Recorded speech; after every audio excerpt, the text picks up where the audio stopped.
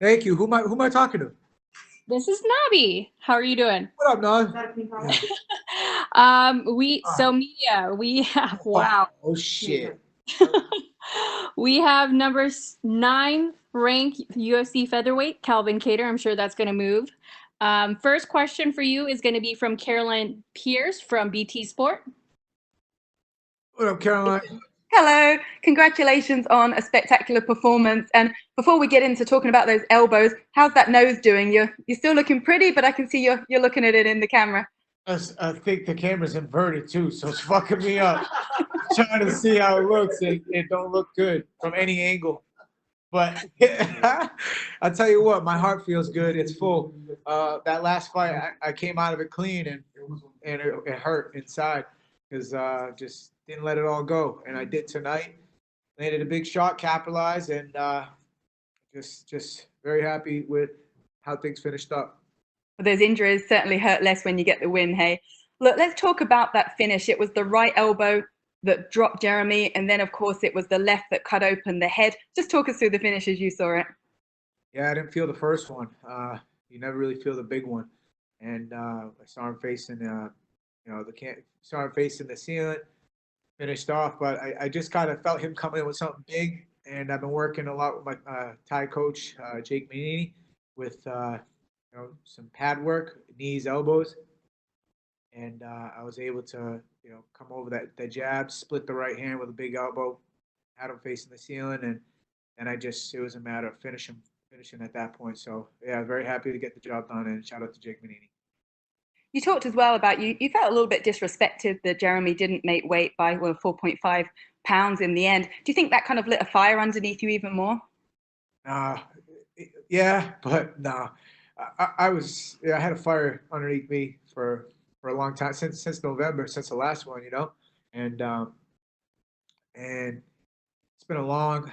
I don't want to call it camp because we train it like it's a lifestyle, but I've been training for this since January 5th. Jeremy specifically, we were supposed to fight March 7th in Vegas, and then got pushed to April 18th, and that ended up pushing to May 9th. So I was hoping that just this one would go off without a hitch, and here we are. And then yeah, definitely the weight thing pissed me off though because I know he was one of the first guys on the scale, and I just felt like a lot of bullshit taking off your boxers. And when you're 5 pounds overweight, you obviously know you had no chance of making weight.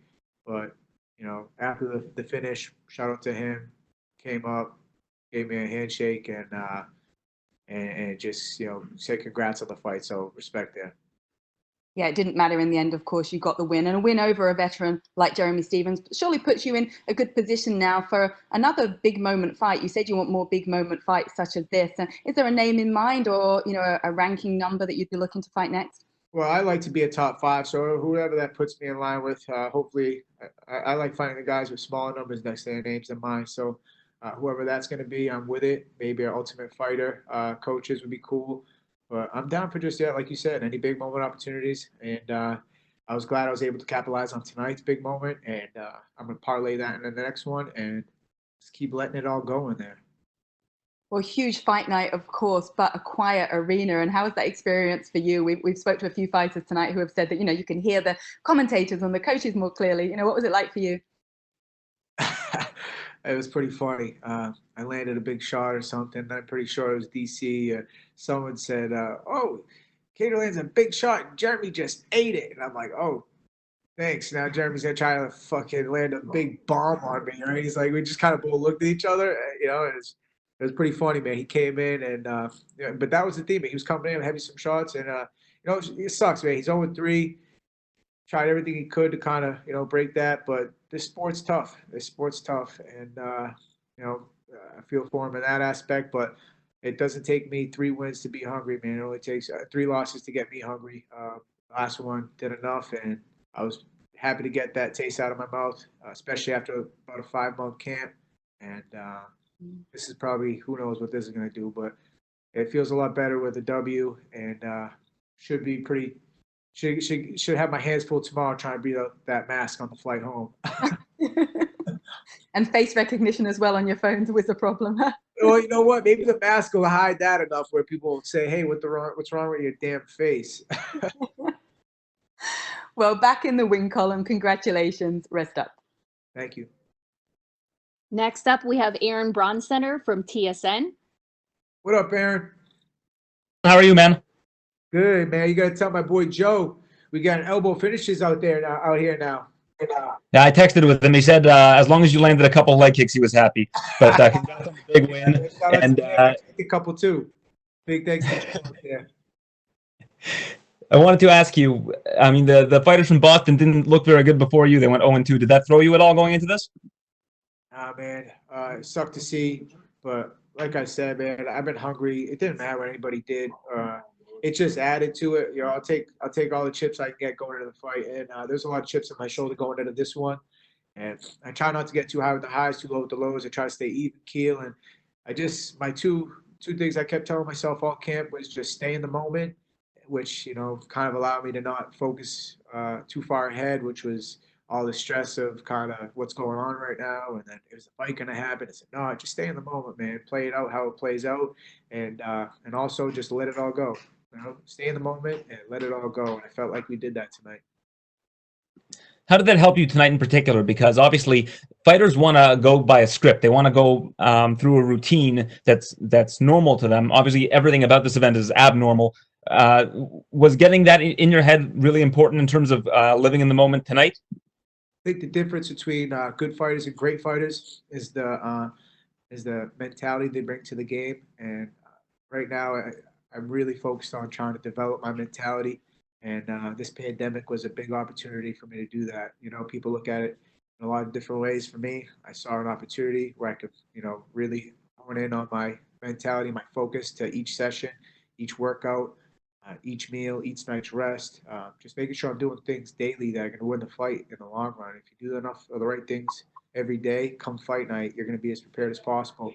And that's I felt like I was as prepared as I could have been coming in here, and I listened to my coaches in my corners, and we were all able to just come in here tonight and make it a successful night. All right, man. Safe travels back to Boston. Thanks for your time. Yeah, thank you, Aaron. Next up, we have Justin Barrasso from Sports Illustrated. Sorry about that, Justin. Congratulations. Hey, you've been saying for a long time. Do you feel like you took the first step in proving that point tonight? Hey, Justin, you broke up a little at the beginning. What'd you say? Sure. You've been saying you were this good, Calvin, for a long time. Do you feel like you took the first step in proving your point tonight? Just trying to put some damn respect on my name is really what it comes down to. I feel like I've been in this game a long time, and I've been flying under the radar, and that's cool with me. Kind of flying under the radar. But here we are now. I'm hoping to be a top 5 now, and keep disregarding me, keep writing me off, and as you see, man, I'm ready for these big moment opportunities. I feel like I'm not getting outclassed by none of these guys. It's a fight, don't get me wrong, but I belong here. I belong with the best in the world, and I won't stop till I get that belt around my waist. I know you were asked about what comes next. You wonder Rodriguez, the rematch was to beat. If you beat Rodriguez, you probably wouldn't have to ask for that rematch. You could also fight Frankie, but I feel like the match with Rodriguez would be a great fight with a lot of hype. Anything that obviously you don't pick the fights, you don't make the fights. Anything you'd prefer? I mean, it seems like right now you kind of hold the cards. Yeah, like you said, it's kind of nice. I stopped giving a shit who I fight almost since I hit the UFC. I just want big name fights. I want small numbers next to their names and main event spots. Big moment opportunities, man. I'm ready to capitalize. I stopped picking fights when I got in the UFC. Now I'm here. I'm ready to fight the best guys in the world. Will you? Most importantly, will you see Mom tomorrow? I just saw her right now. She's FaceTiming me. I don't know if she recognizes me with my face like this, but she's my biggest supporter, man. And being Mother's Day tomorrow, I wouldn't miss it for the world. And shout out to all the other moms out there making the world go around. Happy Mother's Day to all of them. Congratulations. Thank you. Thanks, Calvin. Have a good night. Congrats again. Thank you very much, Toby. Have a great night. Bye. All right, guys, if you want to put that one in the garbage, Thank that you. one's